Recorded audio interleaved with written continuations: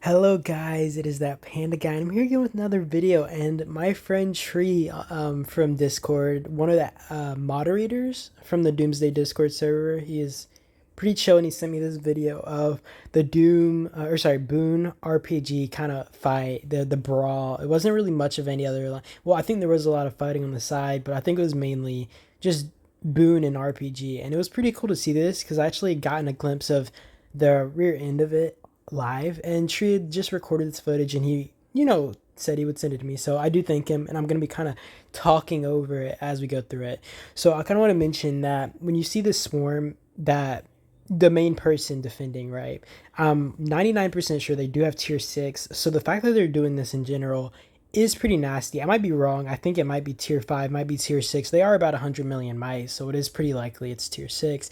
But they have Tom and Lewis on their wall, and I do think this is a pretty good duo. Though personally, I would lead with Lewis, and then I have Tom as my little side character. But that is just me. I mean, it depends on maybe if he has only one tier unlocked of tier 6, maybe two unlocked. It depends which tier types he has, but I do think the heroes both work, and Lewis is perfect for the situation with this AoE kind of skill damaging so many heroes.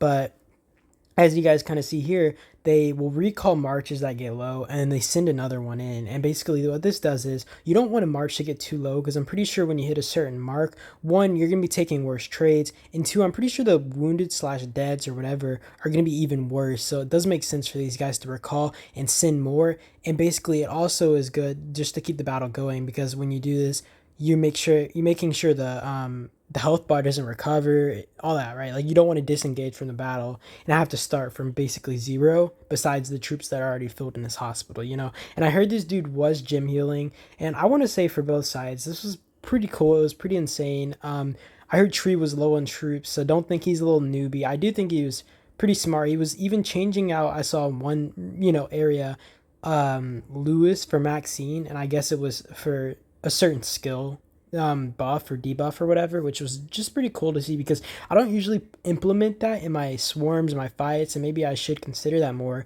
when really like looking at a big alliance like Boon. And I mean, I do have my malice for some alliances like Boon, for example, but I do have to admit this is a pretty good show of strength, and they are just an amazing alliance, and their coordination is just spectacular, right? And I don't know. I think it was just pretty cool. And I do, again, thank Tree for sending me this footage, because I wouldn't be able to show you guys. But Tom is kind of good and bad in this situation. I kind of want to explain why. So, although Tom does have a healing effect, which is perfect for situations like this or a rally and making sure that you're winning overall, you also could be in a bad spot when you really consider the fact that, let's say Tom heals slightly wounded troops, right?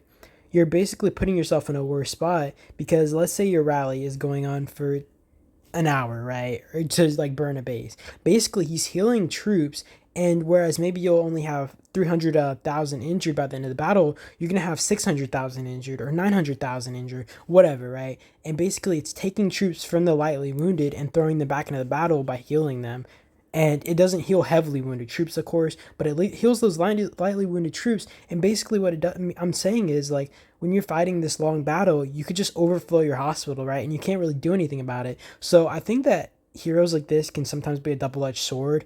But if you are in an advantageous situation and you can defend from something like this, it'll work out. I mean, if your team has field presence, this would be better. But Boon was just overwhelming RPG. RPG did do an amazing job at fighting these guys. I saw a lot of points come up from both sides, and it was just kind of amazing. So I don't know. I kind of wanted to give everybody props, because I don't want to sound like I'm bashing RPG or Boon or anything.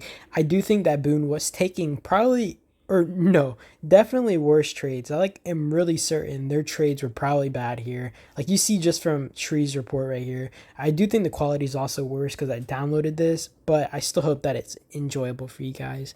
But yeah, I do think that Boon was taking worse trades, but really when you consider a lot of stuff, it wasn't that big of a factor for Boon, because one, they have like a lot of malice towards RPG, as well as the fact that just in general the trades are I mean, they don't really care, because there's an 80% revival in dead troops, and these guys want to do as much damage and just hold these people down as much as possible because they don't want them interfering with their fight and just fighting them more in the field, which would make sense because I do hear, at least in this situation, getting more deads would probably be more just better on resource cost and maybe even speed ups than having heal a bunch of troops, right? So they probably thought it would be better to just burn through his heals and his speeds and his gems because I heard he was gemming troops.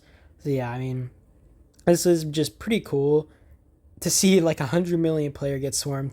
I saw one of the big 120 mil just monsters getting swarmed earlier this kill event. I didn't record or anything, or not kill event, this island raid event, and it's just so awesome. Like it's so cool to see everybody just release their inner beast. Like especially with a troop revival rate like this high, people are going to be more likely to go for crazy things like this where they just don't care as much about their losses, and I just love it. I just love watching this.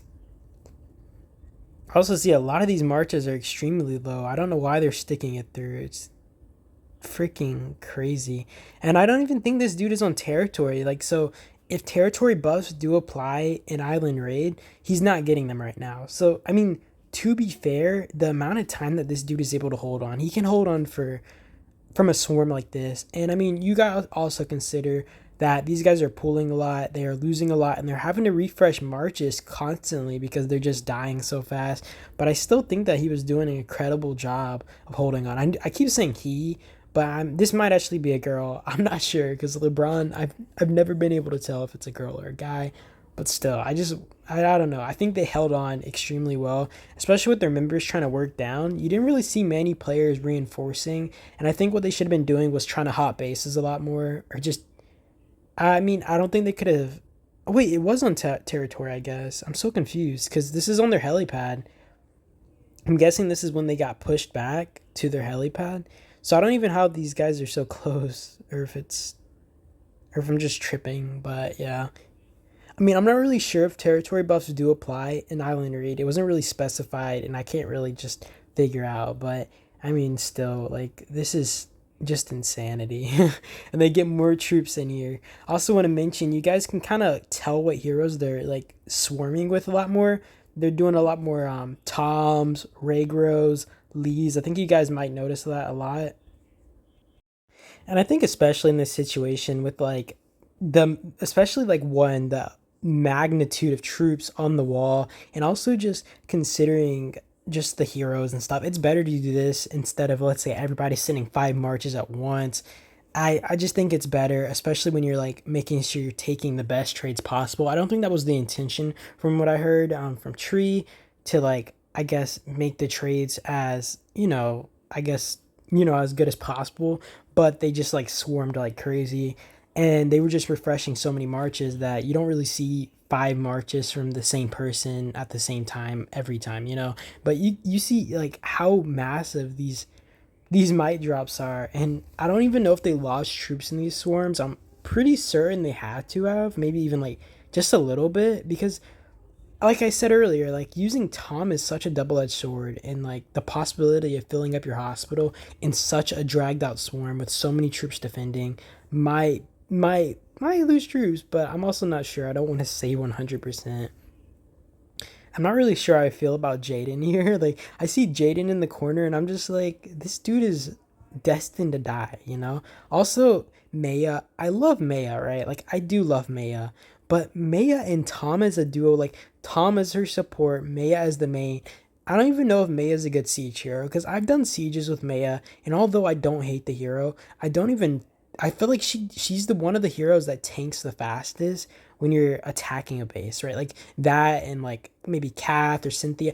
I haven't really used Kath, but I know Cynthia. If you're using Cynthia to attack, definitely tanks way faster, I feel like, compared to a hero like Regro, which I mean would be expected being their skills, as well as like Lee and all those type of heroes. I feel like they tank so much faster.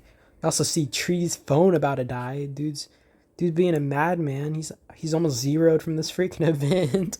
I think he was getting his base smacked around by RPG earlier, from what I heard. I can't remember. I don't want to misinform everybody, but I think he was getting hit up by RPG a bit earlier. So he is a bit weak, and he, like I said earlier, he doesn't want to seem like a noob. But I mean, Tree knows what he's doing. He's pretty experienced player. He's mechanically knowledgeable, and he just knows what he's doing. I mean, Tree's one of those guys I would go to for information if I were to upload a video. So, I mean, if you have questions, you could always ask him in the Discord. I think he's a pretty smart player.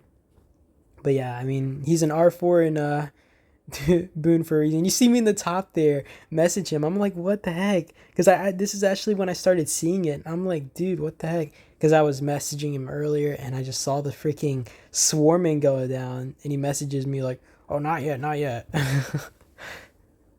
It's still pretty crazy though. I mean, you guys get to see this insane show of strength from the top alliance in the game and the second top alliance in the game. Because RPG and Doom, or I keep saying Doom. Doom is also in this competition or this battle, but they weren't really able to fight Boon much because they got overwhelmed by NWO. And I mean, you got to be honest. Like, I feel like Doom was just not active, especially this event. They had a lot of players out, and I mean, their leader is not here. I haven't been able to get in touch with him, which is pretty sad. But this isn't about Doom. I just started wondering. But yeah, I mean, you get to see a real show of strength from top alliances in this game. And I mean, you got to also give it out to the defender. He did a pretty good job of holding on. Like, it's impressive to hold on to a swarm like that, right? Like, I would literally be pissing my pants. I don't know how I would recover from a swarm like this. But yeah, I hope you guys enjoyed. This video's ending in the next 10 seconds. I mean, he shielded. The dude probably got insane trade, so it was awesome. You guys have a good day and peace out.